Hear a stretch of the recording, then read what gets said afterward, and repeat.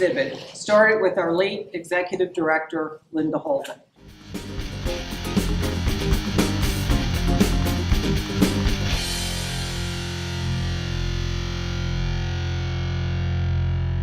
We operate all of your heavy equipment that you see on your different construction sites. We're your operators in the sky and the real tall cranes in the air in the city, all the way down to your bulldozers on your dirt jobs and doing your site work. We're usually the first ones on the job. What I do is I am the mediator between the company and also our membership. We were asked by the Delaware County Historical Society to put together a building trades exhibit on behalf of all of the different trades, from your carpenters to your electricians to us, the operating engineers, and show and educate the public and some of our youth growing up what we do and how intricate we are to society. In order to become an operating engineer, you'd have to sign up, fill out an application, take a test, go through a 4-year apprenticeship, and earn some college credits going through that. And at the end of that, you would be a heavy equipment operator. The 4-year apprenticeship entails a lot of classroom and a lot of hands-on experience operating heavy machinery. We generally get a lot of different applicants. We get applicants that have some experience, that come from other trades, maybe the laborers or carpenters or such and such. And sometimes we get people with no experience at all from the inner city.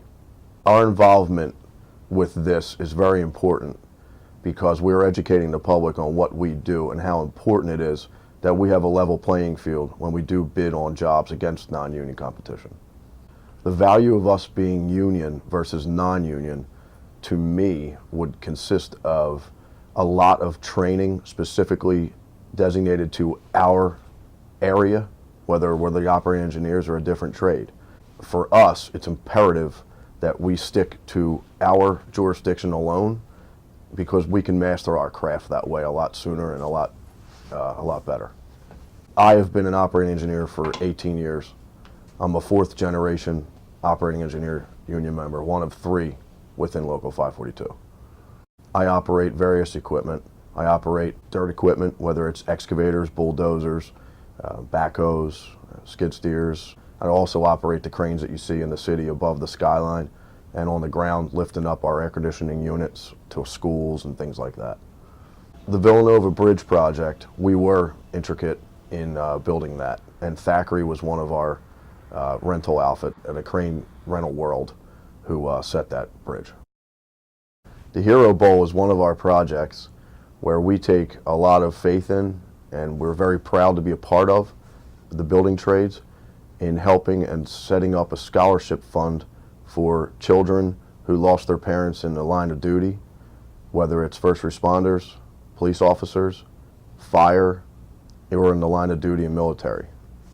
Another program we're involved in is Pathways. We all donate annually, and we're super excited to be a part of this. It's very impactful for the society, for homeless teens, children, women who also are abused at home and need help.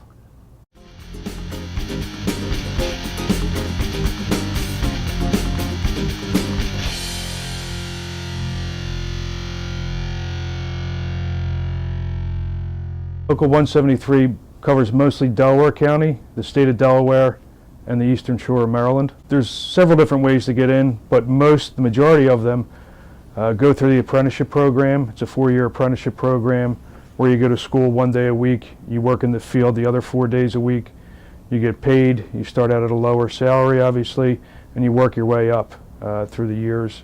And after 4 years of apprenticeship, and you become a journeyman after that. The value of using a union carpenter versus a non-union carpenter is the productivity and the quality of work, and it comes in under budget. Carpenters do mostly commercial work and industrial work and very little of residential. Mostly the residential work is done in the cities like Philadelphia or Wilmington.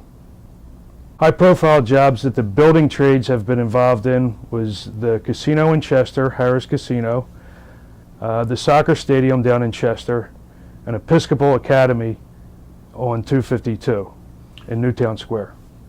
One of the charity jobs that we did work on most recently was a job called Headstrong Nick's House, which is in Swarthmore, Pennsylvania.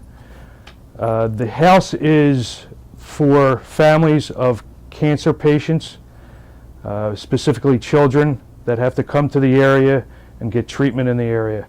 And the families, up to 7 families, can stay at that facility at a time while their children are getting treatment for cancer. So they're close to their children and not, they come from all over the United States, so they're close to their children while they're getting treatment. The Carpenters Union is roughly 130 years old. Started out in Chicago and ballooned from there. Some of the other charity projects that we have worked on is the Marine Corps League in Upper Darby, and we built a deck out there. We also did the Marcus Hook Auxiliary Coast Guard Control Center. We built that on the waterway out of a structure that was already there, and the other trades also participated, so the Coast Guard Auxiliary could monitor the waterways. And as a Marine, I'm very proud to have participated in setting up the Vietnam Memorial Traveling Wall in Marcus Hook a few years ago. Being a council representative, one of the greatest satisfactions you get is when you get somebody to work that has been out of work for a while and really needs a job to make some money. And we're very proud to represent the members, 1,700 members in Delaware County. I'm very proud of what our union does for the area, and I'm very proud of the members that contribute to the welfare of Delaware County. Yeah, let me tell you a little bit about the men and women of the Carpenters Union. My colleague that we talked to before, Jason, talked about the apprentice program. Another way to join the Carpenters Union is to be organized into the Carpenters Union. If I can touch on that for a minute, that would be where we are at a particular job site, maybe deeper in the counties. We talk to an open shop carpenter, male or female, and we tell them benefits that it is to join the Carpenters Union. We get a response from them. Sometimes we are able to bring them into the Carpenters Union through a sponsorship with one of our contractors.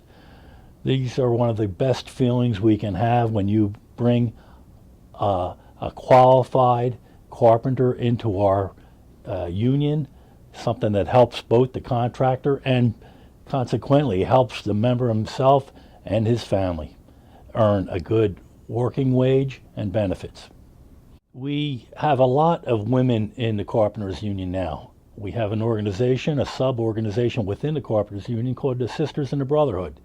This organization has hundreds of women throughout our, what we call our regional council, that attribute to our women that are specific to their needs and their families.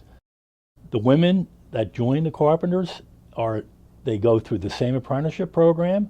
They eventually get with a contractor. That contractor is specific to what they may be best in, but we have women throughout the trade doing the same jobs that the men do, and they are doing it very good.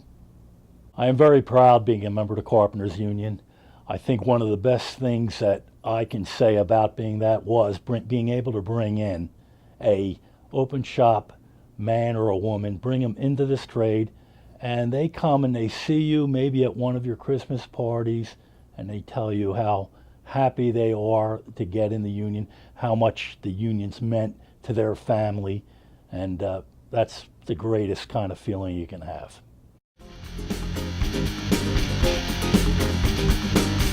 You are watching Radnor Studio 21, an arts, educational, and entertainment station proudly serving the main line and greater surrounding area.